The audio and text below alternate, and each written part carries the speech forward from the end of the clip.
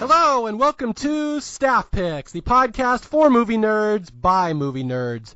As always, I'm Mario Lanza, and I am your host on our journey through the movies out there that just need a little more love. Our movie today is one that I'm especially delighted to talk about because this has been one of those, and I hate to use this phrase guilty pleasure, but it really fits in this case. This is one of those guilty pleasure movies that I have just loved for years and years and years, and I'm so fond of it, and I love talking about it, and the movie I'm talking about, it's not a masterpiece, but it is a very, very fun psychological thriller from 1992 called The Hand That Rocks the Cradle. And again, a movie I've seen many times, very fond of, and I enjoy it every single time I watch it. But as my guest will probably agree with me, it is perhaps not the greatest movie in the world. It kind of skates that line of being a really, really gripping, tense psychological thriller and mystery science theater crap fest. It's right in the middle. It straddles that line. It's so fun. My guest today, I'm bringing back. This is someone who's been on the show before. She was on my Oh God podcast a couple months ago, and that was a very tough movie to talk about because it's so simple. There's not a lot of juicy things going on. It's kind of like a two-character play. And this one is a lot more juicy. There's a lot more fun things. It's a lot more stabby. So very excited. Welcome back to the show, Jessica Liese. Hello, Mario. I will say there's one connecting thread here, and that's while I was watching this movie, I was like, oh, God. Oh God. So, okay, right off the bat, do you think this is a good movie or a bad movie? And you're not allowed to say yes. You stole my line, man.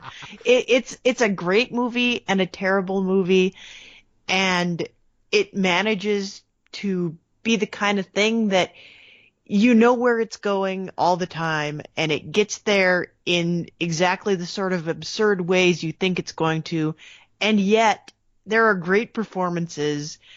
It is legitimately scary, and it is legitimately hilarious all at the same time, and I don't know how the movie manages to do all of that at once, but it does it very well. Yeah, and I just to back up exactly what she said, it really is. It's all things to all people. This is one of those fun movies. It's like an ink blot test. You take from this what you would like. But I will say, as we get towards the end of the movie, kind of the ridiculousness kind of melts away, and it legitimately becomes a solid thriller to the point that there's a great scene at the end, we'll get to it, where one character punches the other one. And man, I wish I could have seen that in a theater, because I bet the audience would have erupted in cheers. I bet they were so invested in that moment. It's such a fantastic, because you don't know what's going to happen. You assume there's going to be screaming, you assume there's going to be yelling, and nope, just goes straight for the fist. Okay, a little backstory here. This movie came out in 1992, which, for people who weren't alive or didn't follow movies, that was the year of the psychological thriller. Do you remember it being that way as well? I remember there being a ton of movies, and this was something I really, when you first proposed the idea that we were going to talk about this movie, that was the first place my mind went. There was just that period of probably 3 or 4 years where all of the movies in the theater were these sort of female-driven, almost beat for beat the same movie, where there's a new woman that rolls into the lives of the characters, and she's not what she seems, but she seems too good to be true at first, and then all of a sudden somebody close to them dies, and somebody else uncovers a secret, and she's got a vendetta, and then there's the big climactic confrontation. And there were so many of these movies. I think we had Sleeping with the Enemy, mm-hmm. and we had Single White Female. Mm-hmm. And, of course, Fatal Attraction is probably the one that kind of spawned the genre, or at least, like, kind of got the ball rolling. And then you have this one, which I think is probably the platonic ideal of the psychological thriller from this era. Platonic ideal. I like that. I bet I've never heard this movie described that way before. I'm kind of shocked that you haven't, because, as we just said, it's all things to all people. Yeah, this is like the Goldilocks and the Three Bears of psychological thrillers. This one is just right. It hits all of the things that you want in this kind of psychological thriller. Yeah, although I do think you're underselling that genre a little bit because, yeah, there were a lot of the female-driven movies. I was specifically going to mention Single White Female because I'm a fan of that one. But there are a lot of ones that were the male ones as well, like Cape Fear and Raising Cain with John Lithgow, and they did Sliver with Alec Baldwin. Yeah, Sliver. So that was like, just for about 3 years, this was what movies were. They were they were toned down horror movies. They were more domestic, more real life, and they were all psychological, and they were always trying to capture the same audience. And for some reason, this is the one. I mean, Silence of the Lambs is the one that won the Oscar, and you could argue that, well, okay, that was an Academy Award winner. That's straight horror. But this is the one that I always liked the most out of that bunch. Yeah, and I was trying to think of what was the most recent one that I saw. And I saw a movie probably 10 years ago called Red Eye that had Cillian Murphy and Rachel McAdams. And I think that's the last movie I saw that really hit all of these psychological thriller notes. And there hasn't been one in recent memory, as far as I can tell. Yeah, again, just the way that horror and it's hard to call these horror, but it's just the way that horror genre mutates and changes over the years. Yeah, this isn't really in vogue, these types of movies. But yeah, in the 90s, this was it. There was a new movie every weekend that was like this. And yeah, so that's what I want to get across to people, just this wave of psychological thrillers that were coming out. And this one was one of the more over the top, but also one of the better ones just because it is legitimately kind of creepy. And I will say that. And I think a lot of that is down to the performances of the two leads. Yes, 100%. Because it's certainly not the script. It's not the script. Although, I just read this. Did you know where this movie came from, how it came about? I do not. Please enlighten me. This was a film student in New York, and she was writing this as her master's thesis. This was her final project. So it was a first-time screenwriter. It was a project for class. She graduated with her master's degree. I wish I was respectful enough to have looked up her name, but I don't remember it. But it was like a first-time script, and it was sold, and it was like this big deal that she sold it right out of film school.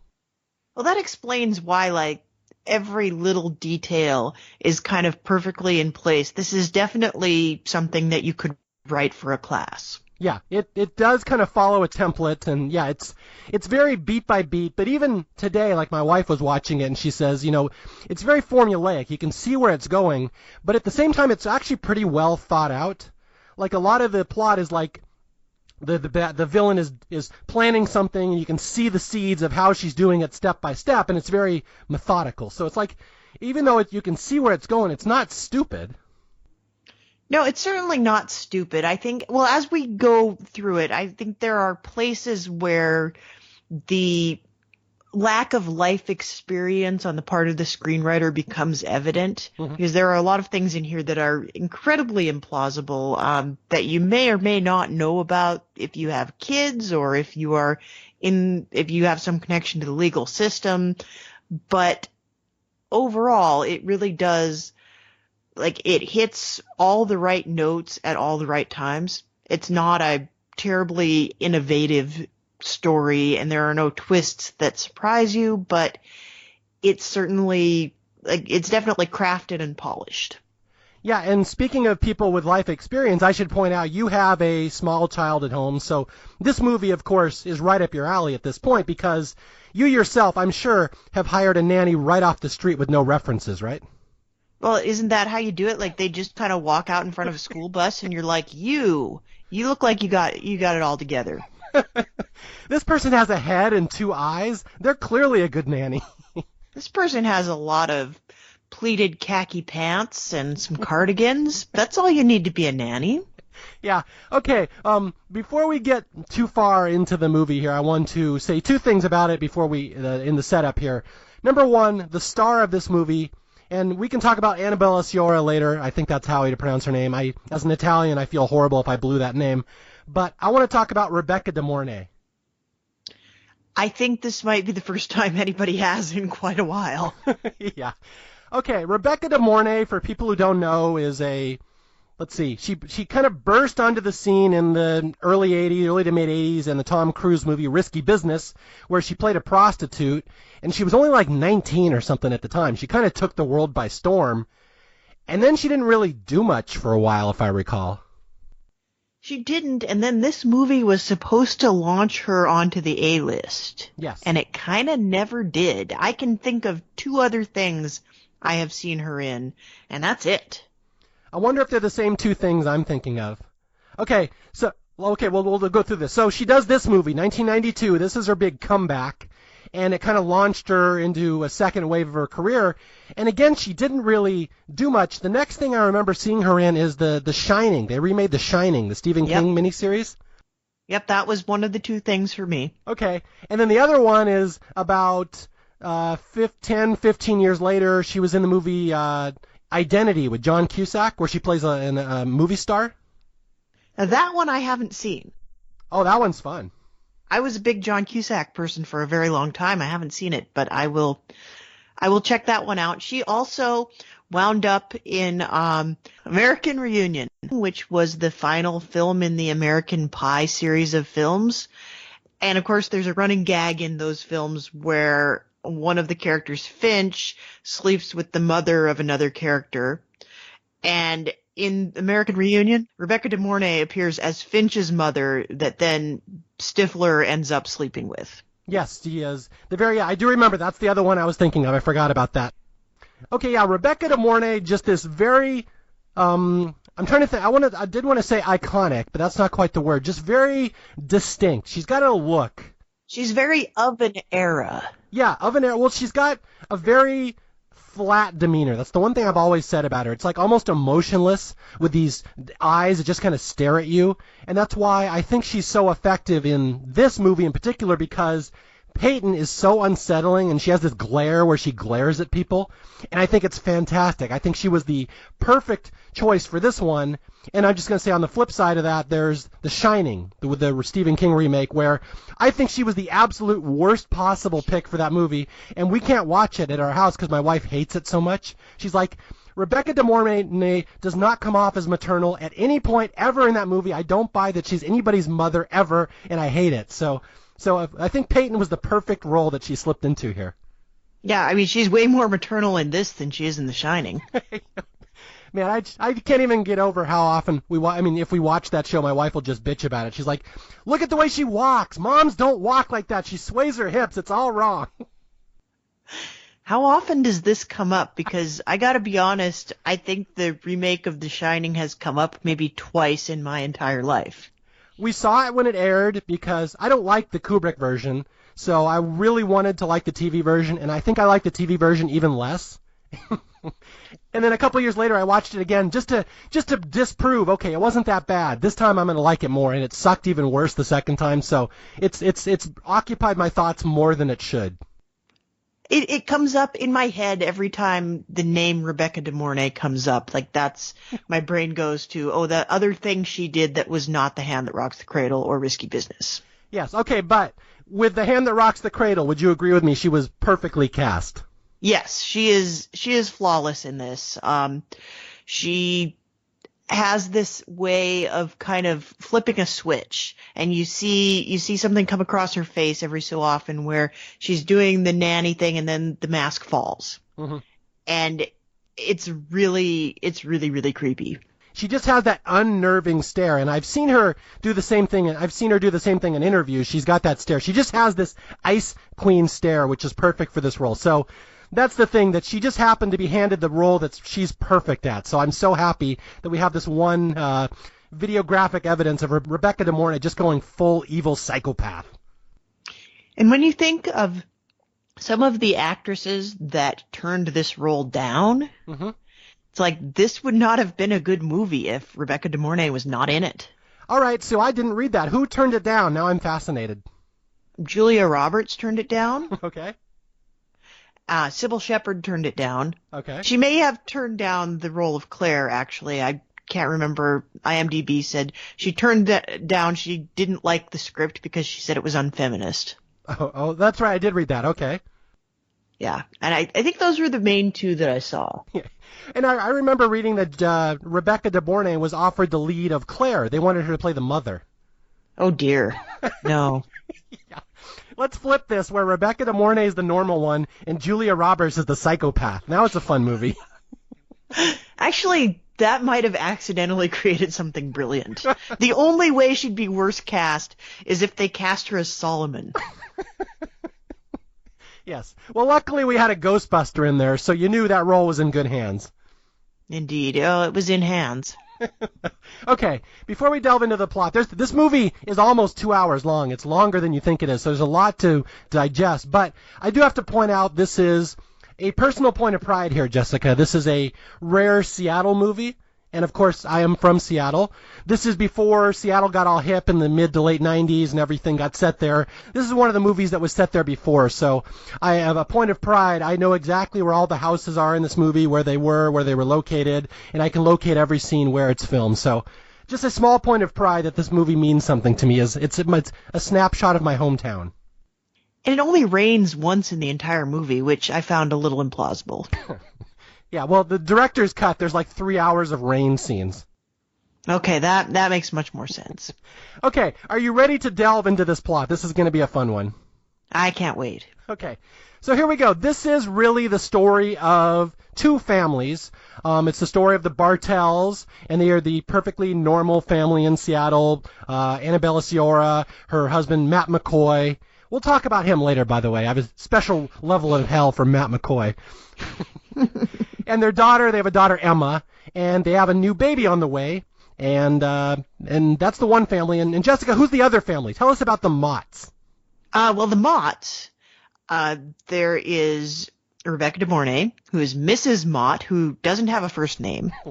And she is married to an omnipotent being. Of course, Dr. Mott is John Delancey, best known as Q from the Star Trek The Next Generation and associated properties. He also shows up in Breaking Bad as an air traffic controller, and I like to believe this is all on the same continuum, the Q continuum, if you will. And apparently they also have one on the way. Yes, so this is the story of competing babies. You have the Motts, who are going to have a baby. Rebecca De Mornay is pregnant, and you have Annabella Sciorra, she's pregnant, and what happens is the families will be thrown together into turmoil. And we'll get to that in a second, but the movie starts with a guy riding his bike up the street. This is where we meet who I'm assuming will be Jessica's favorite character, Solomon. Yeah, why didn't Ernie Hudson get the Academy Award for this?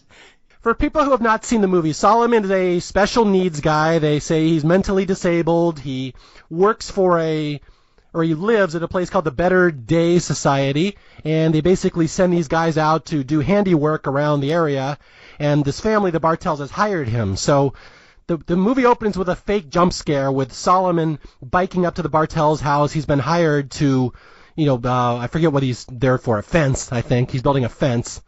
And he walks up to the window, and Claire's not expecting him, and she jumps, like, the scary black man shows up at her window. Classic Seattle scare. I mean, are there any black people in Seattle? I know. There's like four or five. So if one were to show up, it would be a little startling in the 90s, perhaps. But yeah, so there's a fake jump scare at the start where everyone's like, oh my God, who's this guy at our house? And the husband comes out, and I think this is the only time the husband solves something throughout this entire movie. He's really quite useless. I mean, at least Solomon builds a fence, Yes. Yeah. The dad in this movie, played by Matt McCoy. I'm gonna pull off a reference here. I really hope you know this reference because it'll make this podcast way funnier.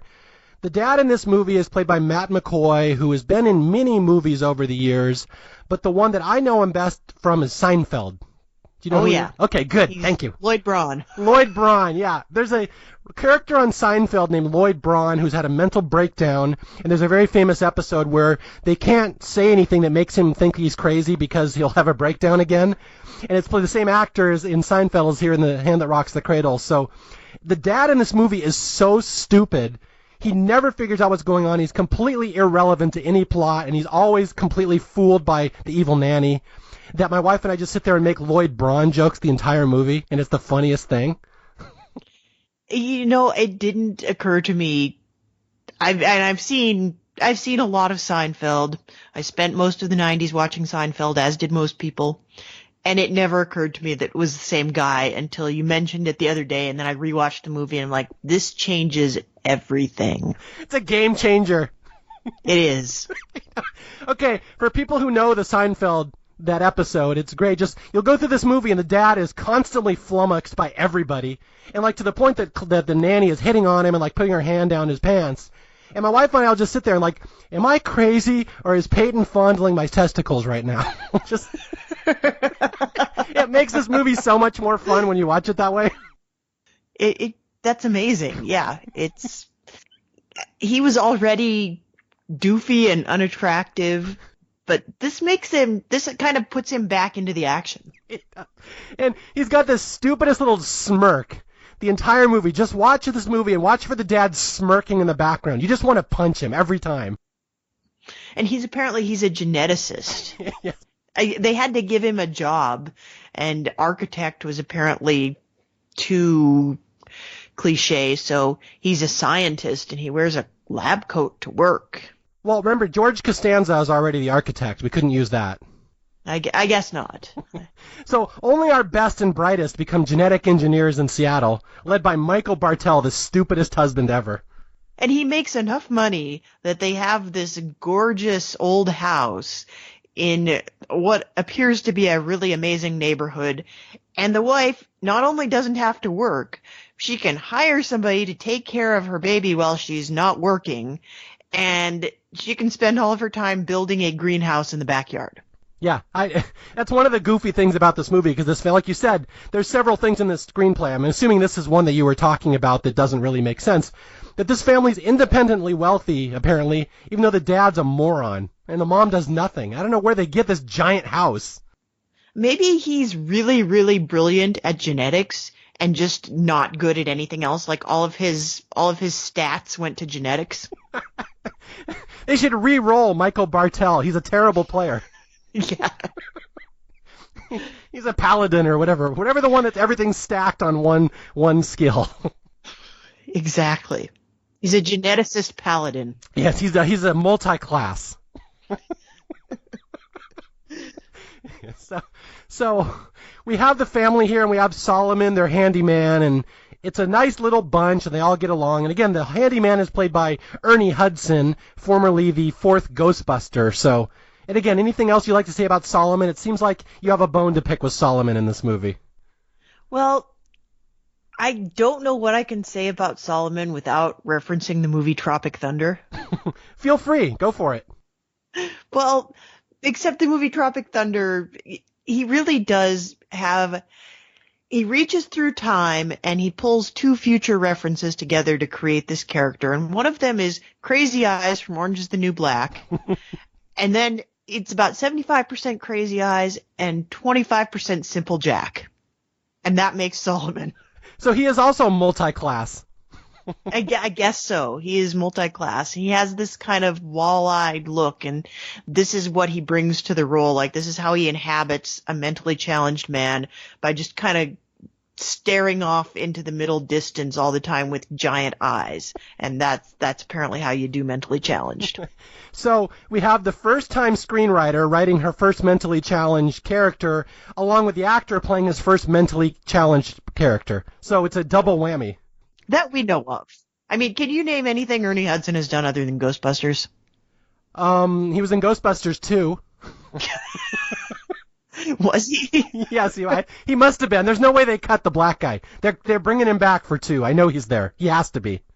Okay, I believe you. It's been a while since I've revisited Ghostbusters 2. Yeah. So anyway, this is our family, the Bartels, and it's, typical middle American family. I guess Seattle's not middle America, but typical middle class family. And now we're going to meet their rivals, I guess one would say, the Motts. And the Motts are basically, we're going to talk about Claire's OBGYN. And because I'm very uncomfortable talking about this, I will turn it over to our only female on this podcast. Please explain the OBGYN scene to us. Well, apparently mid-pregnancy, Claire's existing OBGYN who delivered her first child goes AWOL and she needs to find a new doctor. And so she goes to this guy and he apparently violates her in some unspecified fashion and she presses charges. And it turns out she has inspired many other women to come forward and say, yeah, he was inappropriate with me as well. And so he's getting brought up on all these charges of assault. and then he commits suicide. Yes, a sad ending to an asshole of a character. Dr. Mott, a OBGYN, a little too touchy McFeelington here. He's gets busted for it, and yeah, all these women come out and start saying he's been fondling them during appointments too. He kills himself, and he dies, and what happens is his estate gets frozen, and his wife, Mrs. Mott, again, who has no name, Rebecca De Mornay never gets named in this movie, she inherits nothing. Her husband dies, he kills himself, she learns he's a creep, their assets are frozen, she gets nothing, and in the stress of all the situation, she has been pregnant, and now she miscarries. She loses her baby. And she passes out in the most theatrically terrible passing out I've ever seen in a movie. Oh, now, come on, now you're ruining the illusion of Rebecca De Mornay stealing this movie. I mean, she does. She recovers from this. And honestly, this is the rare storytelling mishap in this movie, because I really feel like setting everything up at the top of it and revealing her secret identity. I did not remember that this was all explained to us at the beginning of the movie. Back when I saw it the first time, I had forgotten that, because I had kind of had it in my head that it comes out over the course of the film and they discover her awful secret and the audience discovers it at the same time the Bartels do. And that's not true. They tell you everything you need to know up front, and I don't know how I feel about that. You know, that's a good point. I never thought about that before, although when I was watching it today, I was realizing that as well. I'm like, we know the twist ending. Like, we know the ending of this entire movie. It's the Bartels who are the ones who get the twist. So yeah, so I do wonder if this movie would be more effective if you didn't know that Mrs. Mott was the nanny. Yeah, I'm not sure. I don't know exactly what your entry point is. If you don't do that, it becomes like the first 15 minutes of Mary Poppins, and maybe the children sing a terrible song, and then she appears down the chimney or something. But it really, I think the setup could have been a little more elegant. Yeah, and again, I guess this is where we reiterate this is a first-time screenwriter writing this in a class. Yeah, and of course, this is, if it does that, it then becomes exactly like every other movie that happened over the course of this era, where, you know, the new person comes in and they're too good to be true, and somebody finds out their secret, and that person dies, and then everybody else finds out their secret, and then there's a confrontation. That's very rote. So this maybe she's trying to subvert it intentionally. All right, some food for thought. I'll actually have to think about that, because I'd never considered that before. All right, so as I consider this, let's go through the movie here. So Mrs. Mott loses her baby, and I should point out, in Roger Ebert's review of this movie, he called the first 15 minutes reprehensible. He hated the start of this movie. And Roger Ebert does not pull punches. Yeah, no, he said this was a good movie, but he hates the start, and I read some other reviews that hated the start too. Like, I don't find it that bad. It seems like it's kind of a necessary plot point to go into. If you're going to tell this story, it seems like a necessary plot point to have the doctor who's kind of a creep. But yeah, I mean, so that's been the grievance against this movie, that it starts off really creepy, but it's going to get kind of fun here now, where Mrs. Mott, and by fun I mean her baby died. That's always a party. It's always. So Mrs. Mott is laying in the hospital, and her baby has died, and she has had everything stripped from her, and her life is in tatters. And this is where we see the scene that you might be talking about, where the leaps of logic probably don't fit here, where the legal system fails the Bartels in a big way. Where they flat out show on the news, Mr. Mott died. Oh, and here's the lady who accused him and started the lawsuit, and they show Claire Bartel, and they basically all but spell out her address and where you can go find her if you want to get revenge against her. It's so weird. Well, I think HIPAA came out a couple of years after this, maybe. Well, what I remember is right around that time, wasn't this like there was a Kennedy that got accused of rape, and the rape trial was like the first thing on court TV, and this was all happening in the early 90s, and every time they showed her, they had a big blue dot over her face because it was totally unethical to put accusers on the news. Mm-hmm. I do remember that now, yeah. So in reality, they would not show Claire's face on the news like as the lead story. Oh, here's the woman who did it. Well, and for another thing, this wouldn't be the lead story even on your local news. Well, I mean, there's not a lot going on in Seattle, so maybe. Maybe. I guess, the weather report takes all 30 seconds. Oh, it's raining again. Okay. Yeah. Let's just say it's not going to be real sunny this weekend. I guess not, especially not for the Mott family. Yes. Yeah, so Mrs. Mott, everything's been stripped from her, and again, this is Rebecca De Mornay, and she's just got this evil glare, and she sees on the news the face of Claire Bartel, the woman who accused her husband of molestation, and she just glares at it, and dun dun dun, something bad will happen. And immediately we switch to 6 months later. Yes. 6 months later, the baby has been born, and he's played by 3 non-identical babies. Now, can you tell the babies apart? Is that why you say that? I mean, I can't be like, well, that's baby A and that's baby B, but it's very clear that at least one of the babies is not identical. And the baby is played by triplets, one of whom is a boy and the other 2 of whom are girls. So they're not identical, for starters. And once you know that, it's like impossible not to see, like, that's a different baby, that's a different baby, that's a different baby. Yeah, one of the babies is like Chinese, I think, if I recall. One of the babies has darker hair. Michael Bartel's like, am I crazy or did we have a boy yesterday? Yeah. Man, that's great. See, just go into this movie watching it like Lloyd Braun, and now I didn't realize the babies didn't even look alike, but yeah, that would probably still fool Michael for a good 5-6 months. Oh, 5-6 years. So, what happens? The mom, Claire, like you said, they've had the baby, what's his name? Joe, I think? Joe. Yeah. And then, and the mom, of course, because they're independently wealthy, the mom doesn't need to work. She can just spend every waking minute out volunteering at garden centers and stuff and, like, building her own greenhouse. Is that your experience as a new mother? My experience as a new mother is that you get work-related emails the day after your child is born, like, when are you coming back? But then again, I'm not independently wealthy. My husband's not a geneticist. That was my first mistake. Yeah. You could have married Matt McCoy. You could have married Michael Bartel here. Apparently I should have. They got a pretty sweet house. That is true. They do have a great house, and I will say for anybody in the Seattle area, even though this movie is filmed in Seattle, that Bartel house is in Tacoma. It's actually very close to where my daughter goes to college. I'm actually going out there in a couple weeks, and it's one of my bucket list items. I want to go find this house. I want to go see where it is. I have to imagine there's going to be a plaque and a statue of Rebecca De Mornay right out front, so I want to report. Yeah, I think they still have her corpse on the lawn. It's in the middle of the fence. It's still impaled on the fence. Yeah, they just left her there. Yeah, no wonder we never saw Rebecca De Mornay again. Yeah. Okay, so we're skipping a little far ahead here. So Claire Bartel is looking for a nanny because that's what you do when you're independently wealthy. Although I should say, just to go off on a side note here, I read when this movie first came out, there were a lot of people upset. They said the movie was sexist and it made working mothers look bad and it devalued the nanny industry, and just there was a lot of people that were actually upset about it. I didn't know that. But she's not a working mother. She doesn't have a job.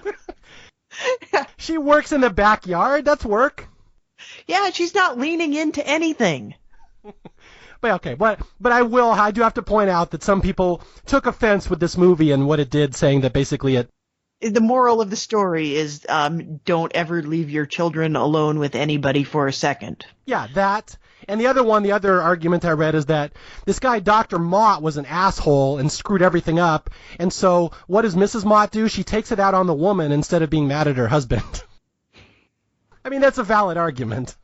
Well, he's not around to be mad at. Well, she's got to be mad at somebody. You're right. It's true. So Mrs. Mott disguises herself as a nanny. She's so furious that this family has screwed up her life. She disguises herself as this sweet, humble little, what's a good word to describe Peyton? What's the first word that comes to your mind? What is the first word that comes to my mind? Sensible. Sensible, yes. So Mrs. Mott just comes and she's has no makeup on and she's not made up. She's, like you said, she's wearing the pleated pants or whatever and the sweater around her neck.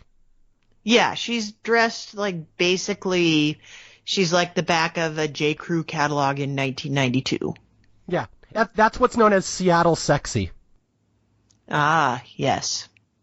But anyway, yeah, so she disguises herself as a nanny, and she shows up, and she's interviewing. She's heard that Mrs. Bartell wants a nanny, and she's so furious, and she wants revenge on this family, she's going to integrate herself in the family and just wreak havoc from within. And so we get this scene where the mom meets Peyton, and Peyton has no references, and has only had one job before, has no appointment. The mom knows absolutely nothing about her, but come on in, let's give you an interview and meet the baby. I mean, Robin Williams had more references when he was Mrs. Doubtfire. Yes, that's a good point. I didn't think about that. So yeah, so Peyton comes in and she interviews and she just kills it. She's an awesome interview. She says everything perfect, and she meets Joe, and there's only one little chink in her armor, and that is that she's a psychopath. The only person who sees this, who's the one person, Jessica, that can see through her? Solomon. Solomon, the smartest male in the movie, Solomon, cracks the code. Have you seen my baseball?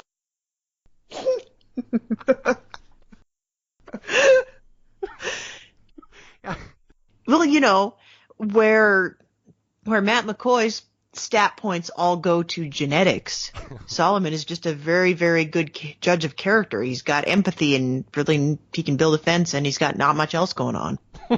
So it all went to empathy and fence building. Yes, empathy and fence building. Okay, so so Peyton interviews, and what happens is at one point Solomon shakes her hand, the special needs guy, and he gets paint on her sleeve, and Peyton shoots him the nastiest, most evil look, and Solomon's like, ugh. And like, so right from the start, Solomon doesn't trust this person as who she says she is, but everyone else is completely snowed. They love her. Oh, but you missed the best part of that scene, because she's got the best line right there, and the delivery on it is so, like, everyone in the room should have been like, "Huh?" But she looks at her and she says, "That's all right. That was just an accident. Anyone can have an accident." There you go. That's a first-time screenwriter right there. Yep. But then again, De Mornay kills it. She reads the line like Hamlet. Awesome. Yeah, it's fantastic, and it's so creepy. It's super duper creepy. Okay, so right off the bat, they love Peyton. They love this no-name nanny nobody has any references for, and they invite her to dinner. And Peyton, right off the bat, she sees that Claire is losing earrings. She's got this earring that falls out every 5 minutes. And Peyton kind of sets it up to make it look like it was in the baby's crib. And she's like, oh, look, it fell out of your ear, and I saved the baby from choking. And the Bartells are so stupid. They're like, oh, what an amazing nanny. Let's hire you on the spot.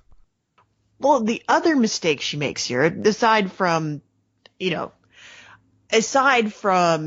framing everybody like trying to feed an earring to the baby, you should already never hire someone for your nanny who brings your baby a present that makes noise. That is such a first-time parent thing to say. Let me sum this up for people. Yeah, Peyton is given the job, and she's allowed to move into the house. She's a live-in nanny, and the first thing she does is bring a wind chime, that she wants to put a wind chime in the baby's room. And my wife and I, our kids are much older. I have an 18-year-old and a 16-year-old, but I remember this specifically. Like, you go straight to hell if you bring a toy that makes noise. Like, screw you. That's the worst thing. So, yeah, Jessica knows of what she speaks here. This is terrible. Yeah, my kid's got this dump truck, and it plays a song, and it sings a song about being a dump truck if you nudge it. And it was in the middle of the floor. I tripped over it, and it sang its stupid dump truck song, and I wanted to throw the damn thing out the window. So, yeah. Yeah, it'd be a real shame if that dump truck gets lost, huh? Yeah, it's gonna really suck when all the batteries die and can't be replaced. Yes. You are hearing some parenting 101 here from people who know this. Do not ever, ever bring a gift that makes noise or plays a song. You will go straight to hell, I'm telling you right now. And again, this is how we know that the screenwriter doesn't have kids. Yes. So, Peyton brings the wind chime, and this wind chime will actually become a factor in the movie later on. So just file that wind chime away. And so Peyton is allowed to move in and become part of the family, and the dad with his derpy grin just kind of stares at her. Oh, look at the pretty blonde girl. And the first morning, right off the bat, this is where we learn part of what Peyton's nefarious plot is. What does she do? She wakes up at 3 in the morning, and Jessica, as a mother, what does she do here that's so horrible? Well, first of all, she goes in and she picks up a pillow and it looks like she's about to smother the baby, and you're thinking, ooh, that's creepy. But what she does next, arguably creepier, she picks the baby up and she sits down, she whips out a boob, and she feeds him. Yeah. So we'll learn later in the movie that when Mrs. Mott was pregnant, she really, really wanted revenge on the Bartels. So she's been, like, using a breast pump for 6 months to keep her milk up, apparently. Is that how it works? It really doesn't work that way. First of all, milk doesn't really come in until after you give birth. If you miscarry in, like, the 5th month or however pregnant she was, you're not going to get any milk. So that's point A. And point B is pumping is hard. And I don't want to get too graphic for all of you people, but I did go back to work when my son was 3 months old, and I pumped for another 8 months after that, and it takes dedication. Like, you pretty much have to have nothing better to do. Yeah, I mean, Peyton has really dedicated to this revenge, is what you're saying. Yeah, this is, I mean, I don't put it past the character. Like, this is very on brand for Peyton. Mm-hmm. But also, breast pump technology, probably not great in 1992. So that's yet another thing here. And just scoops up the baby. And the thing that's even weirder about this, and I don't want to go too far along the path of talking about breastfeeding for the entirety of the podcast, but I don't think, like, to most babies, like, boob's a boob and milk's milk. Like, if he's going to take hers right off the bat, he's probably going to continue to take his mother's and not reject her. Well, I mean, there's always the old wives' tale that it only latches on to one mother. Is that not true? I thought that was true. No. I mean, you pretty much put them on anything if milk comes out of it. I mean, some babies are pickier. Some babies are not good at it with anybody. Some babies are better at it with some people than others. But it's not necessarily, I don't think you can train a baby to just, like, 3 months in to take somebody else's boob and reject all other boobs. Yeah, that was definitely a sign of a screenwriter that probably doesn't have kids. I didn't think about it that way, but that is how it's presented in the movie, that Rebecca De Mornay starts feeding the baby that's not hers, and the baby will immediately reject his own mother. So I mean, you just have to kind of go with that's how it works, or this movie won't make a lot of sense. Maybe she produces chocolate milk or something. Yes. Yeah, that's Rebecca De Mornay. You never want to underestimate her. She could do it. Yeah, she could. She's that dedicated to revenge. Especially when you see that breast pump, like you said, the technology is so outdated that it was basically like a hand cranking a Model T still at that point. Yeah, like, was this even like the kind that you plug in? Because I'll tell you one thing, on manual breast pumps, ain't nobody got time for that. I don't care how bad you want revenge. Okay, now I see the folly of this whole subplot. I didn't get that before. Okay, so yeah, she's got the hand breast pump and everything, and so Peyton moves in and she starts slowly turning herself into the mother of this baby. She's got the long con revenge. This is a very slow revenge she's got worked out here. Well, her end game is never totally clear. Like, does she want to kill both of the parents or just the mother?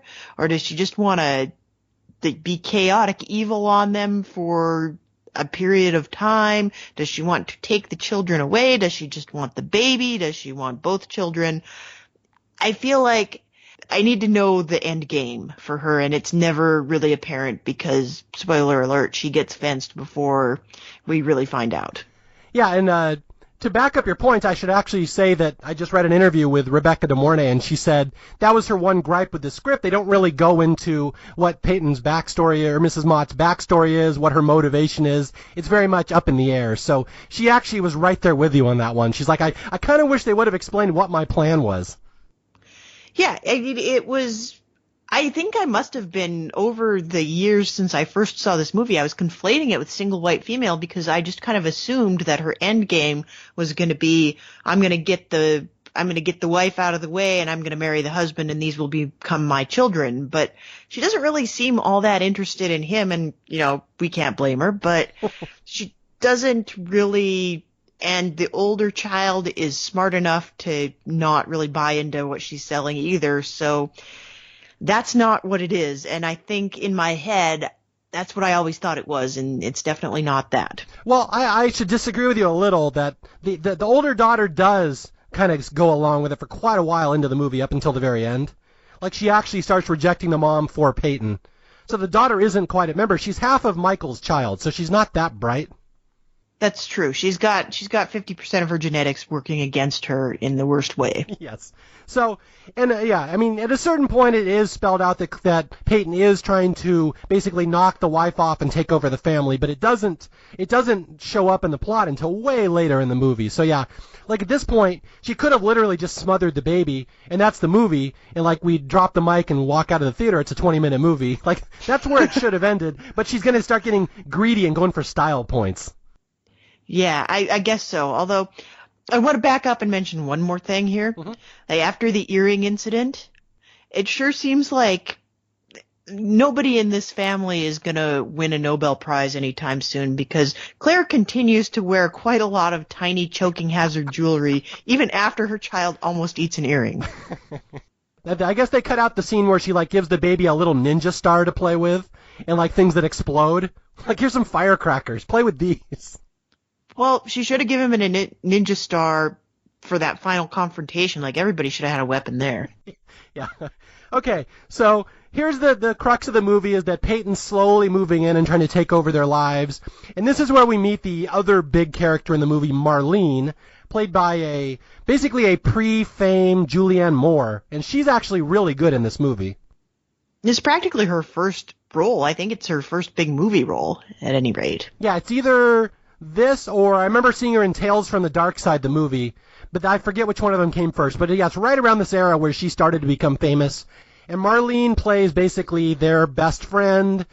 She's a real estate agent. She used to date Michael, and we were introduced to her at this big double date scene where the Bartels are going out with Marlene and her husband or whatever, and there's a whole thing where Peyton spills, was it perfume oil on Claire's dress? It's kind of sabotage her. Yeah, and she does a lot of these tiny little things, like she's in that Kids in the Hall sketch where they're the pit of ultimate darkness, and she's doing tiny things just to make Claire's life a little bit worse. Yeah, she's going to nitpick her to death. She's going to drive Claire absolutely insane. Although, I should point out there's a great Michael Bartel moment here. My wife laughs at this one. This is one guaranteed to get a laugh every time, because Michael will always say the worst thing, always. Where Claire, she has this red dress she's going to wear, and she spills perfume oil on it, so she puts on this flowery dress and comes downstairs. And he literally says something like, "I thought you were going to wear the sexy dress." Am I crazy, or were you going to wear a much sexier dress? Am I crazy, or was I dating someone who wasn't 80? So my wife just always laughs at what a moron he is. Don't tell your wife she's not looking sexy.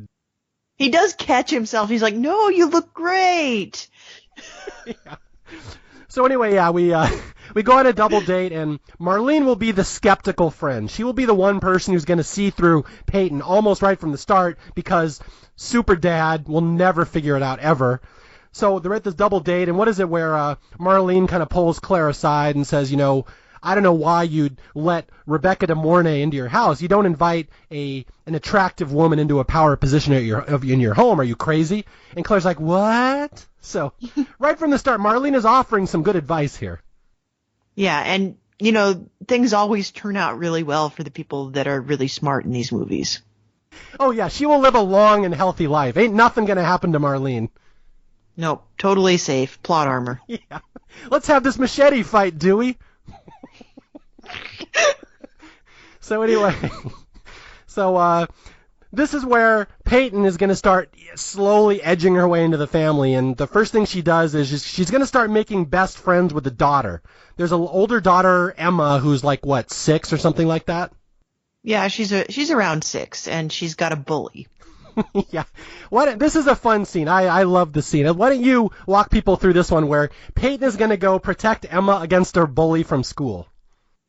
So, yeah, Emma's getting harassed by this 6-year-old menace, and Peyton rolls up, and with 20 witnesses and apparently no other adults within a 1-mile radius, she physically assaults a 6-year-old boy and threatens his life if he ever bothers Emma again. And there are no repercussions. Yeah, this is back in the glory days when you could just walk onto a school campus and threaten a kid. Yeah, my wife, she always... memories. Yeah, she points this scene out as well as one of her favorites. Like, what point in time was this when you could do that? When you could walk into a campus and nobody cares? The good old days. Yeah, so Rebecca De Mornay literally takes the 6-year-old boy, twists his arm above his head, and what's the exact quote here? She says, "Leave Emma alone or I'm going to rip your fucking head off." Peyton maybe is not quite as polished as you think she is. No, I think that was perfectly polished. Yeah, but she and Emma have a bond. That's the thing here. She and Emma have a little thing where the secret club, and Oh, yeah. we're going to keep secrets from your mother, and I think Emma is the one that drops that says, "Oh, my daddy used to date Marlene. They went out when they were kids," and Peyton's like, "Huh, I could use that later, I bet." That's true. They got their like little fingers crossed secret club. Yeah. So nice job, Emma. Loose lips sink ships, Emma. You know, maybe she just kept all the secrets forever. We wouldn't be in this mess. Okay, so Peyton is slowly starting to move in on this family's life, and she's got the daughter on her side, and she's breastfeeding the baby. So the next thing she's got to do is start sabotaging the husband, which admittedly is not going to be hard. This guy practically sabotages himself. Okay, so Michael, the famed moron/genetic engineer, has an EPA proposal that must go out today. So apparently he waits until the very last minute to send these things out, so there's no margin of error. I think that's how this works. And he makes one copy? One copy, yes. He wrote it all out by hand. He did calligraphy. He was like one of those scribes back in medieval times. One copy is all we get. And he doesn't mail it himself. He's far too busy and important to do that. Yes. He's like Mark in The Room. He's very busy. He can't possibly be bothered to mail his completely important EPA proposal. So the wife, Claire, says, "Well, I'll take it. I'll mail it out. I'm sure I can get it out on time." And this is where Peyton's going to have one of her great sabotages in the movie. And she goes ham on this envelope. Like, the envelope gets the worst treatment of anybody in the movie. Yeah, okay, I'll lead up to the scene here. Peyton is with Claire, and they're at his garden that Claire volunteers at, and Peyton's telling her life story. She's like, "Well, you know, my husband was murdered. They never found who did it. You know, what goes around comes around." She's kind of hinting, "I'm going to kill you." And then she pulls the envelope with Michael's EPA proposal out of Claire's purse and excuses herself to the restroom. And I think the proper phrase is she goes medieval on it here. Yes. She grabs a plunger, she rips it up into pieces, she flings the pieces around, she gets a plunger, she starts screaming. People outside the bathroom are like, "I hope I didn't eat what she ate." That's a Seattle person's first experience with Mexican food. They never had salsa before. She's dying in the bathroom. But it is kind of neat how she finishes destroying the bathroom stall and all of the pieces of paper, and then immediately composure's back. And this is like classic De Mornay. And then she walks out like nothing happened. Yeah. So she just absolutely goes crazy in this bathroom stall, and it's a fun acting performance. If you don't really get to see a lot of actresses have that kind of rage in a movie, like physical rage. So De Mornay is having a fun time here, just going crazy and pounding the crap out of this bathroom stall. But yeah, then she walks out, and Claire can't find the EPA proposal. Oh no! Michael's one copy of calligraphy that he'd never made a backup. We're going to lose the bid, his job. He's going to lose his job. And so this is where we see Claire's great weakness, which is it's really kind of goofy, but it actually factors really well in the end of the movie, where if Claire is faced with stress at any point at all, she will have a complete asthma attack breakdown. Yeah, and it's pretty rough. And she's got inhalers stashed all over the house. She's got one in her bag, she's got them in the kitchen drawer, and she has the inhaler, and immediately she's better. Because that's how asthma works. Yes, but this will come into play later, and it's, again, as much as we're joking about this movie, the last 15 minutes is actually really good and really gripping, and it's got one of my favorite endings of any movies in the 90s, so we'll get there. And the asthma plays a key role. Indeed. Okay, so Claire has screwed up, and she lost Michael's EPA proposal, and he's going to get fired or whatever, and she's devastated, and all of a sudden all this bad news is happening around her, and she's like, and the baby, I try to breastfeed the baby, and he doesn't latch on anymore. It's like the baby's rejecting me. I think something's wrong. And of course, here's Super Dad saying, oh, he's fine. So, never mind, he solved it. He's got his medical degree. So, we just won't worry about the baby feeding part. Just Dad took care of it. Well, he's gaining weight, apparently. It's like, well, what's he eating? Is he sneaking into the fridge at night? Does your kid sneak into the fridge at night? Is that what they do now? Yeah, that's definitely what they do. I had to lock the liquor cabinet. That's a happy kid. Indy. So again, things are going poorly for the Bartells since Peyton has shown up. And now Peyton's going to go to phase, I think, D of this plan. I'm not sure what stage we're on here. But well, she has like the short cons where she just kind of like messes with their stuff and like rearranges their toiletries and whatnot. And now she's going into like the medium con, and then she'll do the long con. Yeah, I mean, she's really bored. She doesn't have a lot to occupy her time during the day, really. Yeah, caring for kids, like, he's 3 months old, he's a loaf, you can put him down and he's still there when you come back. Yeah.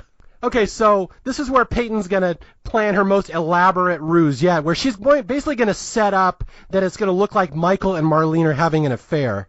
And it's this really long, intricate storyline where she goes to Michael's work and she's like, I think we should have a party for Claire, for your wife. You know, she feels so bad, and we could have a surprise party, and we could have you and Marlene plan it, and you guys just sneak off together and have all these secret dates together, and I won't go. How about we do that? And the dad's like, yeah, that sounds great. Thanks, Peyton. He's yes-anding her. It's a great scene, and there's scenes here where he like sees Peyton at night walking around in the house in her little flimsy nightie, and he's got that stupid dork grin on his face like, hey, look, we got a hot nanny. Am I crazy, or is she hotter than my wife? And she shows up at work, and his one coworker is like, hey, you hitting that? And he says, why would I do that? That doesn't make any sense. I have a wife. You've seen me. I'm Michael Bartell. Do you think I could possibly hit that? I don't think so. Yeah, the coworker's giving him way too much credit. I know, yeah, those workers are way too high on this guy. This guy is like, he's like entry level. There's no way he's a manager. Okay, so we got this surprise party being planned, and, you know, Peyton's arranging it. And Peyton, of course, is never there. It's always Michael and Marlene sneaking off to plan stuff, and there's a subplot that he only smokes when she's around, so Claire's going to catch on. But anyway, there's something that happens that's more important. We're about to get the fall of Solomon. And this is a element of the plot that I think this might upset the feminists like more than anybody else. It actually reminds me, another movie of this era, maybe a little bit later, was The Crush with Alicia Silverstone. Yes. Where she plays this Peyton-esque character. And framing someone for rape is just about the most evil thing that anybody ever does in a movie. Yeah. And not only does she frame someone for rape, she frames the mentally disabled guy for rape. For raping a child. This is, like I said, this movie's goofy, and you can laugh at it, but you get to this part about halfway through the movie, and this is where my wife even is just like, I hate Peyton. I want to kill Peyton, because this is the scene where she really crosses the line. And, yeah, I understand your favorite character, Solomon. We're about to lose him. Any last words here? I feel terrible. It's just like, he's the only guy that's got a prayer of unlocking this mystery and saving everybody, and he just never gets a chance. Yeah. Okay, so here's what happens for those who have not seen it and were having a good night and hadn't heard about this storyline before. I apologize in advance. Where Solomon is up on a ladder. He's painting. Again, the Bartells have hired him to paint their house. And as he's up on a ladder, he sees Peyton breastfeeding the child. And even in Solomon's limited intelligence, he's like, that's not how this is supposed to work. So he realizes that something's not right here. Yeah, and he, of course, goes to Peyton for clarification. Well, I would say she goes to him for clarification. Yes. Yeah. Yeah, Peyton realizes she's been caught, and she basically corners Solomon, and it's a very uncomfortable scene on the side of the house where she, like, stands up right in Solomon's face, and he's way bigger than her. Picture Ernie Hudson and little Rebecca De Mornay, but she's so aggressive and glaring at him, and she starts in on this little speech. What'd she say? I apologize for these words, but I will quote them as is in the movie. She says, "Are you a retard? Did you like looking at me? Then she slaps him, and she's like, "Don't fuck with me, retard. My version of the story will be better than yours." And she really goes from sweet to evil in 0.5 seconds. And it's another one of those great, like the mask falls off, this is who she really is. And it's a very disturbing and upsetting scene. And it gets even worse from there. Yeah, it's going to get worse. That's the thing. You think this is the worst one, but Solomon even says, he's like, "I'm not going to let you hurt them." Says it under his breath, not to her because she would kick his ass. But he does do his little monologue here. And the very next scene is Peyton pulling the mom aside and saying, "I know you guys like Solomon, but I've been seeing some very problematic behaviors. I see, sometimes the way he touches her or looks at her, and it's like he's getting off on it." And the mom's like, "What? Solomon? No way, we love Solomon." And Peyton's like, "Oh no, don't worry, it's nothing. Just forget I said it." And of course, the mom's not going to forget it. And then we get to the cart scene, the fix-it cart. Oh, this is uncomfortable. That's why I've chosen you to talk about this one. Oh, I don't want to talk about this one. They find a pair of the girl's underwear inside the handyman's cart, I guess. Is this a thing that your handyman has? Is like he has his own little cart, and is this Solomon's cart, or is it like a cart that the Bartels own that they gave to him?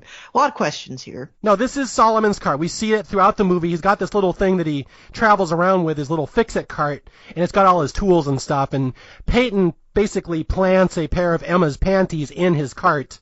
And so one day when Claire's looking through the cart, she sees the panties, and she puts two and two together that Solomon's been molesting her daughter, and she just starts slapping Solomon, and this poor guy, he has no idea what's going on, and Peyton's just off to the side just glaring at Solomon, saying, see, I'm gonna win. And Peyton put all the wheels of this in motion. She had to think like, she had to play some fourth dimensional chess here, where she's like, okay, we take the batteries out of something, and she says, well, maybe there are batteries in Solomon's cart. I think I saw he had some. And so then Claire goes to get the batteries out of the cart, and then she finds the underwear that we planted. And Peyton had to kind of set this all up to knock it all down. Yeah. No, it's 100% Peyton. And like I said, this is where, when my wife is watching, this is where she turns. And she's no longer making fun of this movie. Now she hates Peyton. And yeah, Rebecca De Mornay just gives the most evil glare to Solomon as he gets hauled off by the cops, and she's framed him for molesting this little girl. And the girl's screaming. She can't understand why her best friend is being taken away. Yeah, so Peyton is really crossing the line here.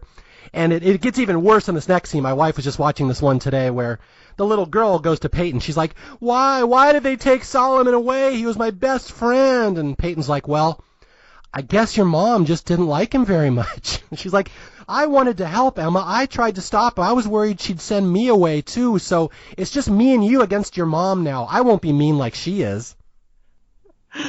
It's pretty brilliant. Yeah. If it took her 6 months to come up with all of this was time well spent. Yeah, you got to tip your cap to Peyton at a certain point. Yeah, it's terrible to watch when it's, when you empathize with the Bartel family, but objectively, she's pretty smart. It's pretty good. Yeah, that's the thing. There's no disputing she's the smartest character in the movie. I think it goes Peyton and then Solomon. Yep. So Claire probably, and then Emma. No, Emma and then Claire. And then the triplets, the babies, right? Yep, and then the triplets. And then Michael? Marlene. Oh, Marlene. Oh, she's up there. Yeah, forgot about her. Oh, yeah, Marlene is up there. She's probably like right around Solomon and Emma. She's like between Solomon and Emma. But Michael's last. We know that, right? Michael is dead last. He's under the triplets who are 3 weeks old. Yes. Okay, so again, just horrible things happening to this Bartel family, and this is where Peyton's other fourth-dimensional chess game is going on, where she's setting up this affair between Michael and Marlene, and Peyton is she plants a lighter. She takes Marlene's lighter and puts it in Michael's shirt or something like that. Yeah, and then I assume, we didn't see this is probably in the director's cut, but then I assume she tells Claire, oh, you got to take this shirt to the dry cleaners. Yeah. And make sure you check the pockets, because sometimes you leave stuff in there. Sometimes your earrings might fall in there, Claire, because they're falling out every 5 minutes. And there's a lot of stuff here where Marlene and Michael are off planning the surprise party, and Peyton, of course, is back at the house, helpfully saying stuff like, why is Michael so late tonight? Why is he at the office so late? Why don't you go call him? And Claire calls, and he's not there. And he comes home smelling of cigarette smoke. So Claire is just easily bamboozled here. She is completely at the whims of Peyton at this point. Yeah, she's really. I'd rank the triplets above Claire at this point. Okay, well, that's strong words there from Jessica. So this is where we get Marlene, I think. Marlene comes to the house for the first time, and she meets Peyton and sees the dynamic. And Marlene, right from the start, says, this is crap. There's no way you invite this woman into your house to raise your baby. And Marlene just looks around and sees how much power Peyton has and hates it. But she does make a curious plot point development here where she sees the wind chimes, those stupid, noisy wind chimes that Jessica hates so much. Marlene looks up and says, what an obnoxious sound, and she remembers these wind chimes, and they will come in handy later in the movie. Yes, because Marlene is a very important real estate agent, and she sells fancy houses, including this house that was owned by this doctor that killed himself, who happens to be the same doctor that molested her best friend. Okay, so a couple things are going to come to a head here at the end of the movie is that we're going to have the surprise party, and Claire is going to absolutely flip out at the surprise party because she thinks Michael's having an affair with Marlene. She's going to scream, "You're effing Marlene," while Marlene is right in the other room. It will all go very poorly. Again, you got to tip your cap to Peyton on this one. This is a really good move. Well, this probably paid off even better than Peyton imagined. Yeah, I mean, this is a home run. Although Peyton's starting to get a little greedy here, where she starts openly flirting with Michael, trying to hit on him. Yeah, but that's not going to go anywhere. Well, that's not really a challenge. I mean, that's like Shaquille O'Neal says he's going to play basketball against a little 5-year-old. Like, that's about how much of a match Michael's going to be against Peyton if she really goes for it. Yeah, so you saying you don't think she's really going for it here? Yeah, she's bored. She's half-hearting it. I mean, he's there. He's got a penis. She's like, I could probably do something with that, but she's like a cat batting around a mouse at this point, I think. Yeah, but she fails at this. Like, she tries to go for it, and he's like, meh. You shut your mouth, Jessica. There's no way that Michael rebuffed Peyton. There's no way. He's like, I'm already married, and I understand that when you sign the marriage license, that means it's frowned upon when you sleep with other people. Yeah, but that's his first line of defense, and then she stops. Had she gone to the Caracon, the chess move where you go around the piece instead, she totally would have got him the second time. So I refuse to back up your libelous accusations that he in any way has outsmarted Peyton. He hasn't outsmarted her. He's just not picked up what she was putting down. Am I crazy, or is the nanny's hand down my pants? I think he's so stupid he doesn't realize she's hitting on him. Oh, Peyton, you dropped some ice cube on your perky bosom. Let me help you with that. Wool over his eyes, man. Easily bamboozled, man. 3 steps behind, man. Have you seen the old SNL sketch with Joe Montana where he's very literal and he always says what happens to be in his mind? I think so. Okay, that's what I always think of when I see Michael in this movie. Whatever is in his mind is what'll come out. Like, hey, oh great, I'll see you tomorrow. Like, that's what he's thinking, so that's what comes out of his head.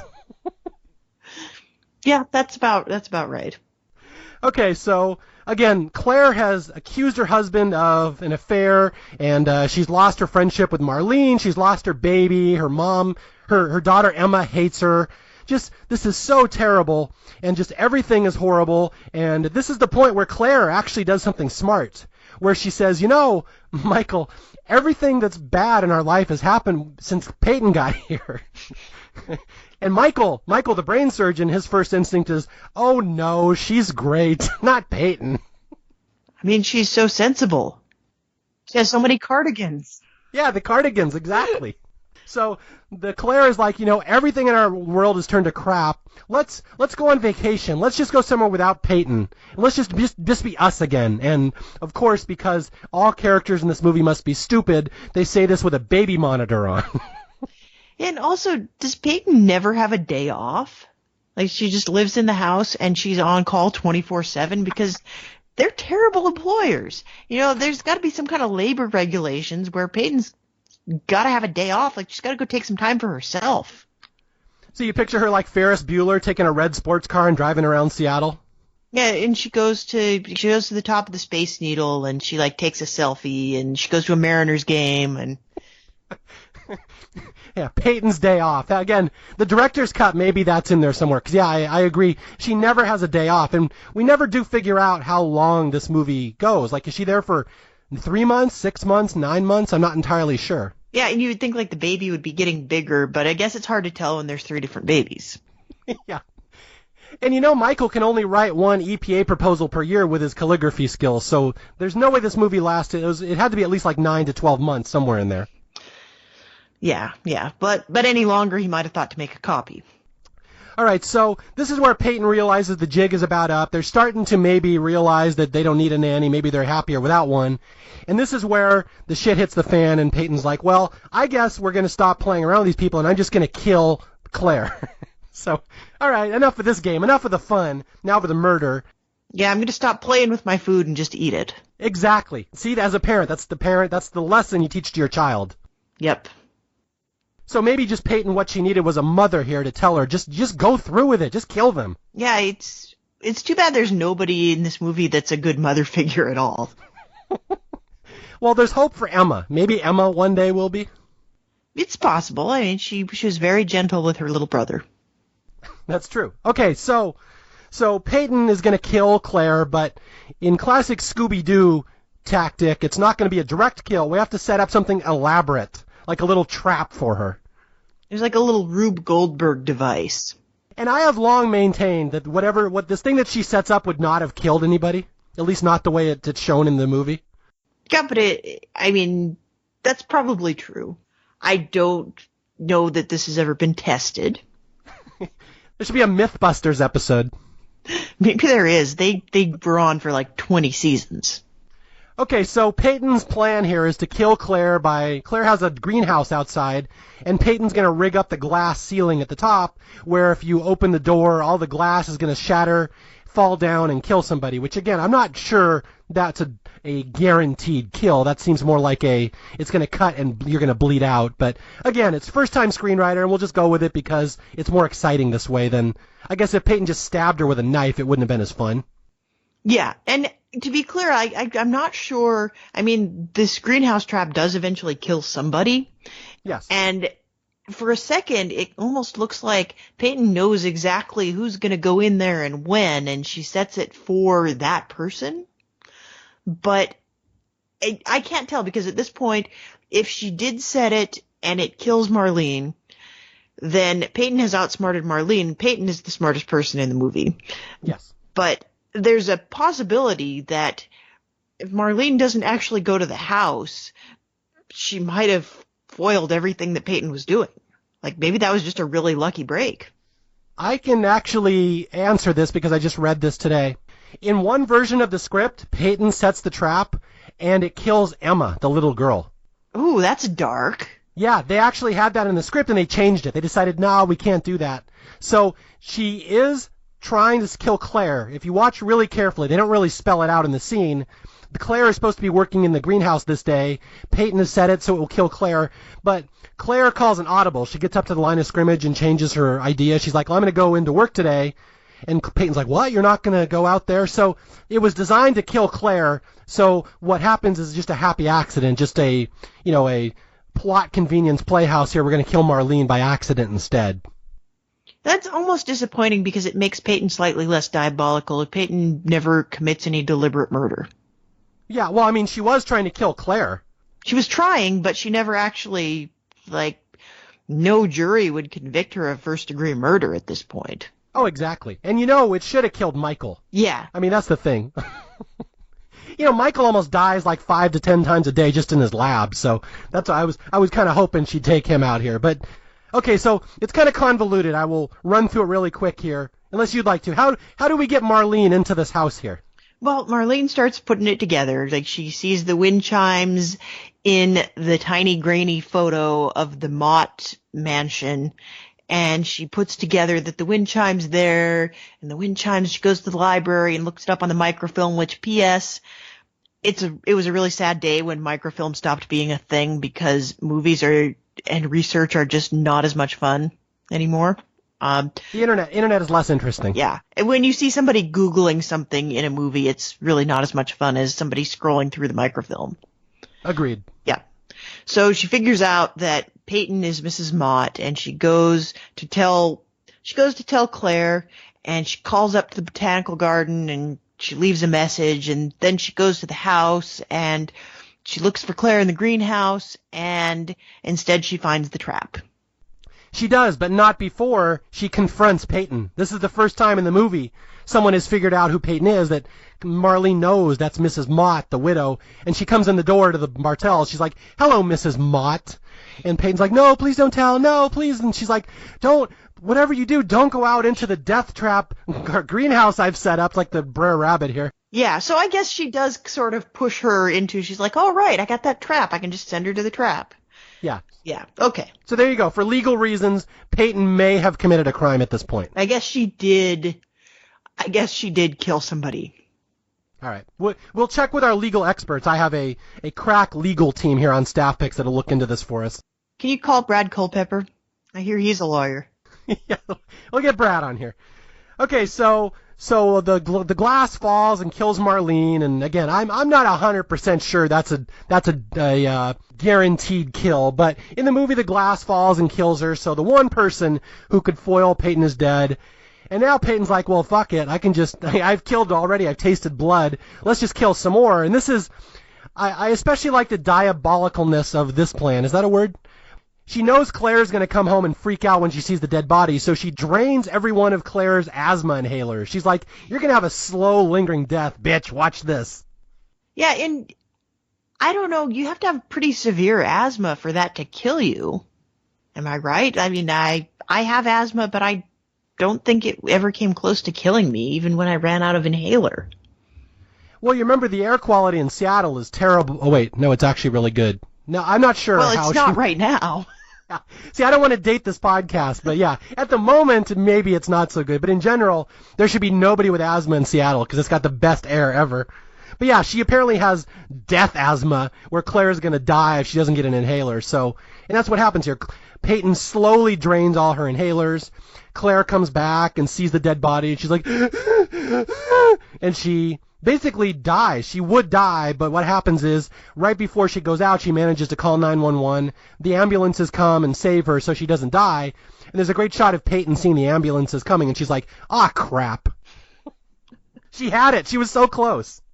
Oh, foiled again. Okay, yeah, so this is really the end of the movie here. Claire goes to the hospital, and she recovers, and while she's away, Peyton's back in the house, and Peyton's putting the moves on Michael, and as Jessica would say, he rejects her. As I say, he's too stupid, and she gives up. It's not a challenge. I cannot live in a world where he outfoxes her. Well, I don't think rejecting her is the same as outfoxing her. I think it's just like, "Oh, I don't think I'm supposed to, so I'm not gonna." I read my marriage vows. They say I am not allowed to date another woman, so I will not. It was pretty clear on this point. Am I crazy or am I married to a girl already? Oh, you won't disturb me. I'll be in my room masturbating. So anyway, Peyton is moving in on the family. She's hitting on Michael. She's bonding with Emma. She's feeding the baby. And it's really her family at this point. And she's tried to kill Claire. It hasn't worked. But it's about to come to a head because Claire's going to come home. And this is where the fun part of the movie comes in. And again, this is legitimately a good psychological suspense thriller at the end here because we're going to get a lot of violence here in the last 15 minutes. Yeah, it really, you could fast forward through most of this movie and just like pick it up in the last 15 to 20 minutes and you get all the best parts. Well, except for the when Peyton threatens Solomon and she beats up the little kid. Watch those scenes; those are good. Right. Like if you're really pressed for time, watch those scenes and then watch this last bit where it all comes together. When everybody's on the same page, they know what she is, except Michael, who never really figures it out. I'm not sure he ever knows that Peyton is bad. It's now 26 years later. I don't think Michael has figured it out yet. He's like, "Didn't we have a nanny? What happened to Peyton?" Okay, so I'll lead us to the ending here, up to the ending.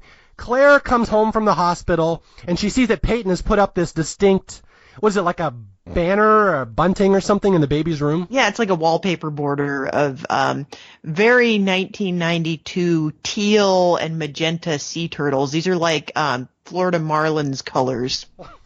Yes. Peyton's a big Marlins fan. So she's put up this this banner, or this wallpaper, and Claire sees it and doesn't like it, and Claire... Nobody would like it. Well, except for Peyton. Among Peyton's many crimes is that wallpaper. She's committing fashion crimes now. Yeah, above and beyond the pleated pants. Okay, so Claire senses that something's wrong. She doesn't like that Peyton's moving in on the family, and I don't know how she has not figured it out yet, but she's just a suspicion at this point.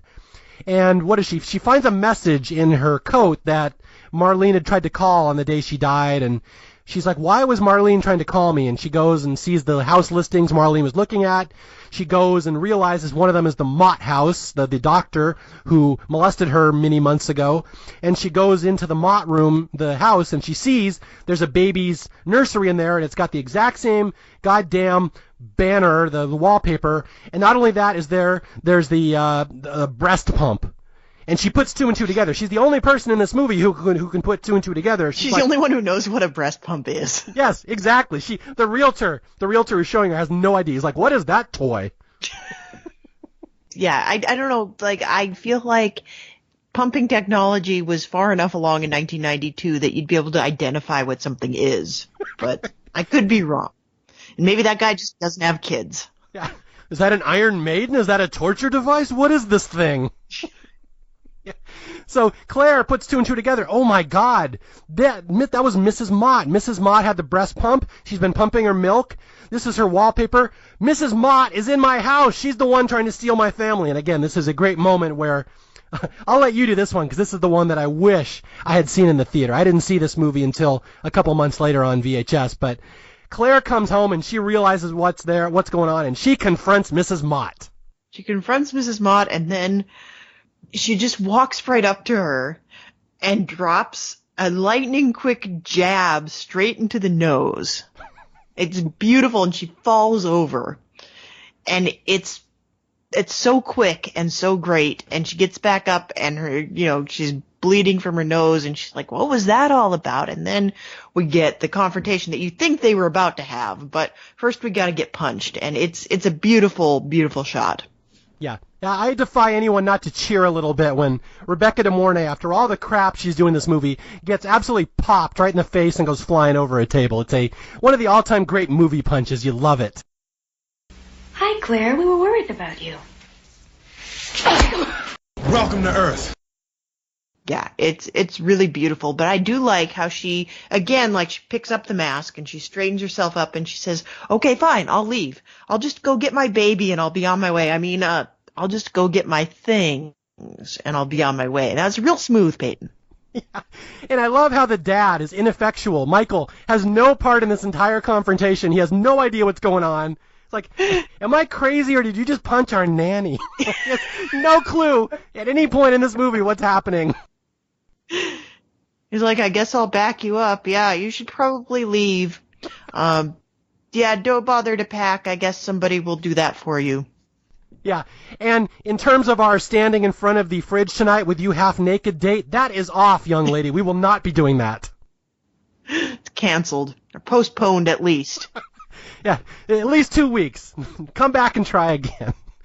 So anyway, Peyton leaves, and she's like, fine, I'll be going, and you guys just don't know what it was like, and, it was very hard for me, but I apologize for what I put you through.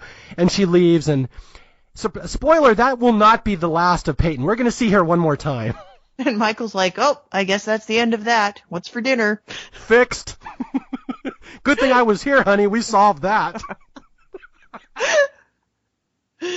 But oh, she back. Yeah. Okay, so later that night, so basically Peyton leaves, and now we're in the last 10 minutes of the movie, the big showdown where Michael's sleeping, and he hears an alarm down in Peyton's room, and he sneaks down there. He's like, oh, Peyton, is that you? And it's not. It's just her alarm. But surprisingly, Peyton manages to outfox him. And how did that happen? Yeah, she shows up with a shovel and she whacks him and he falls over the stairway and into the basement and his leg is broken. So And that's the last we see of him. yeah, surprise, Michael would be a non-factor in the rest of the movie. Yep, he's like, little help, and at a certain point Claire goes down to check on him. He's like, I'm fine, my legs are broken. I know. He's like, honey, the nanny who's half my size overpowered me, help me. I'm just a geneticist. I couldn't possibly have seen this coming. Yeah, and so he just stays there in the basement. They don't even go back and help him later. I know. He could still be down there. It's like Velma with her glasses. He's out of the action the rest of the movie. So anyway, Peyton goes upstairs, and I kind of forget what happens here. Claire shows up, and Peyton batters her with a shovel and knocks her out. And then Peyton goes to take the baby, because that's all she has ever wanted this entire movie. She wants the baby, and she sees Emma. And this is where Emma finally catches on that maybe Peyton's not the greatest nanny in the world. And Emma somehow tricks Peyton into going into a different room and locks the door. So, yay, Emma, go girl power. Yeah, outfoxed by a 6-year-old. Yes, we're going to rearrange the level of intelligence. Who's the smartest? Yeah, Emma just shot to the top of the power rankings. Yes. Emma. See, Marlene's dead, so now Emma's number one. Yeah, I mean, maybe Emma wanted it that way. Do you ever think of that? It's so if you're watching this movie from Emma's point of view, perhaps, yeah. Yeah. So, and then Emma takes the baby and hides, and then we get to have the attic showdown. We are going to have a beloved character from earlier in the movie. Jessica's favorite, one might say. A beloved hero is going to emerge from the ashes like the mighty phoenix. Jessica, who might that phoenix be? The triumphant return of Solomon, who's apparently, ever since he was dismissed, he's just been hanging out outside their house, and in no way is that weird. Yeah. He's a registered sex predator now, but it's fine as long as he stays right off their property in the street. It's cool. Yeah, he's measured it out. He's 50 feet from a school, and he's 50 feet from the property. I love this movie, by the way. So yeah, Solomon shows up in the attic, and there's this big showdown where Peyton's trying to get the baby, and Emma's fighting, and Solomon's there, and Solomon's trying to help, and all of a sudden, from her deathbed down in the kitchen, Claire, the mom, shows up, and she's like, Peyton, give me back my baby. So there's a big showdown here where Peyton squares off with Claire. And again, Claire just popped her about 6 hours ago in the kitchen, so there's no love lost. And I love this ending. I gotta say, Jessica, as goofy as this movie is, this ending kills. Yeah, it kills Peyton. But at a certain point, she has fireplace implements. Apparently there are fireplace implements in the nursery, which, P.S., nice job on that one, too. Because I guess he can't crawl yet. He can't get into the fireplace implements. But, yeah, she's running around with a fireplace poker. And then when the final showdown, Claire is stressed out because this is a stressful situation. And she apparently has an asthma attack. And Peyton can't help but lower the weapon and laugh at her a little bit and think, oh, she's finally going to die of her death asthma. But no, Claire is faking it. Yeah, I love this. Yeah, it's beautiful. And then Peyton goes out the window and down onto the fence that was being built in the very first scene. It all comes full circle. It does. Solomon ends up killing Peyton. That's the thing. It was so yeah, to sum up what you just said, Claire goes down, she's getting beat up, and she has an asthma attack like we saw earlier in the movie, and Peyton just can't resist. She lowers her weapon and starts taunting her. And what are some of the things she says? She says Claire, when your husband makes love to you, it's my face that he sees. It's like, no, it's not. It's like sandwiches and lab coats. He's like, this is the task I must do at work tomorrow. That's what he sees. Yeah, he's like, he is not a complicated man. He does not have a rich fantasy life. Yeah. Yeah, so Peyton falls for the fact that Claire fakes an asthma attack, and Peyton turns around and tries to grab the baby, and it's this great moment where Claire is struggling for breath, and then she just stops and looks up at the camera, and she starts breathing normally, and you realize, oh crap, she finally did it. She finally did something smart. And so I think Peyton yells something at Solomon here, something nice like, give me my baby or I'll bash your skull in, or something like that. Yeah, and Solomon's like, I don't think I'm going to do that. Nope. Yeah. That's one big Twinkie. Yes. It's my Ghostbusters reference, thank you. So anyway, yeah, so Claire tackles Peyton when she's not looking. Rebecca De Mornay goes flying out the house, down the roof, and like Jessica said, literally lands on the fence that Solomon was making at the first scene in the movie, which goes right back to the start of the movie where Solomon wins, and we have the movie ends with an impaled Rebecca De Mornay down on the lawn. It's a very happy, cheerful ending, and again, if you saw it in the theater, you probably cheered. It was probably a cool moment. Yeah, it's a very cool moment. And then there's the heartwarming moment in the sort of denouement at the very end where Claire says, okay, we got to get down out of the attic. Solomon, I'm going to need you to take the baby. And Solomon's like, but I'm not allowed to touch children anymore. And they're like, no, it's okay. It's totally cool. And he's like, oh, somebody trusts me to handle a baby. And then we fade to black. And it ends with him dropping the baby, right? Possibly. And no, it ends with Michael down in the basement like, guys, little help. Yeah, still broken legs. Michael bleeds out in the basement, and Claire marries Solomon because he's more of a man that can support her. So it's a good happy ending. Now, it ends with everyone is happy, and they get the baby back, and Emma learns to love her mother, and Peyton's dead, and Solomon, they trust Solomon again, and it's implied that he will forever be a part of their family, so... Well, he's got to fix that window, so he's at least around for another week. Oh, that's what I love about this movie, that they're independently wealthy. The mom does nothing ever, and yet they can forever find some task to have Solomon do, and they'll pay him to do it. Like, how much money are these people pulling in? I don't know, but I have to also imagine that the Better Day Foundation is not like forcing people to pay their people a living wage. They're subsidized. They're a nonprofit. Well, they at least have to give Solomon a hot lunch every day. Allegedly. And also, I should point out another thing that I just noticed when I was watching this movie today. They have so much money, independent wealth, and nothing to do, yet the dad drives the shittiest little yellow Volvo. Couldn't you at least splurge for a nice car, dude? He should have a vanity plate. It just says Michael, because he can't think of anything better. My car. So anyway, that is the story of The Hand That Rocks the Cradle, one of the great Seattle movies from before Seattle got hip. One of these, like we both said at the start, I think we both came into this with the same intention. This movie is like a fantastic psychological thriller, but also goofy as hell, like a mystery science theater movie at the same time. So much fun. I have never been bored watching it, and I just really hope, if people have never seen it before, just give this one a chance. This is a fun watch. And if you haven't seen it since it came out, I would also urge you to give it a revisit, because it was very much of its time in the best possible ways and the worst possible ways. Now, what were the worst possible ways? I'm curious now that you mentioned that. Besides the breast pump technology. There's breast pump technology. There's just the fashion, how everybody wears these like huge slouchy coats everywhere. Mm-hmm. Julianne Moore's formal scrunchie. There's so many pleats everywhere, and everybody had that big brown barn coat. Like women, this was like right on the cusp of grunge, but like yuppies still wore these like giant, like stuff you'd wear to go clean out a barn.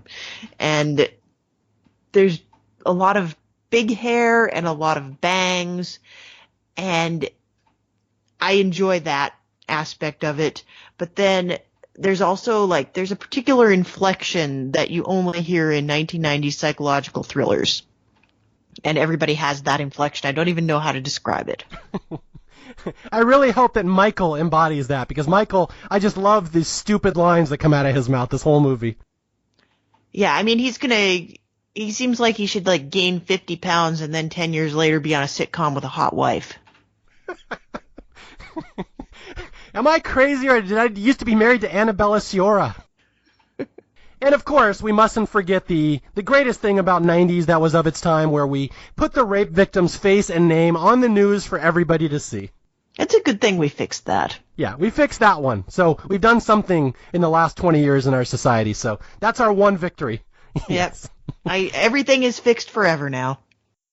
All right, so I know you said you had to run. You were going to go out and interview a nanny with no credentials tonight. So anything else you want to add before we sign off here, Hand That Rocks the Cradle? Always check your references. Yes. And never buy somebody's child a toy that makes noise. Yeah, seriously, the toys that make the noise, you are a horrible person if you give those to a newborn. That's the worst. Was it the toys that make the noise? That was the direct-to-video sequel to The Hand That Rocks the Cradle, right? Yes, that was the sequel, and it's all from Emma's point of view, and I'm sure Michael does something amazing in it. I wish I could think up something funny, but it's all Michael. He spends the whole movie trapped in the basement with his broken legs, and people forgot he was there. Yeah, he accidentally locks himself in the bathroom for 90 minutes. All right, again, Jessica, thank you for joining me. That was a lot of fun. That was like the polar opposite of Oh God, which is a very gentle, sensitive movie, which is just the opposite of this one, which is a stabby cheese fest with Solomon and Peyton. So, again, thank you for stopping by. These are always fun. Yeah, this was definitely not Oh God. Although, could you imagine if John Denver had played Michael? If John Denver had played Michael, he would have solved everything in the first 5 minutes because God would have been like, yeah, don't hire that nanny. And he would have been like, okay. Yeah, see, this is a much better movie. And again, my name is Mario Lanza. This is Staff Picks. If you need to reach me, staffpickspodcast@gmail.com. You can reach me on Twitter @MarioJLanza. And until the next time I talk to you, I'll be out there searching for more movies that need a little more love, hopefully featuring a hot nanny who likes to do fourth-dimensional mind games with people. It's always the hope. Until then, I'll talk to you guys later. Bye.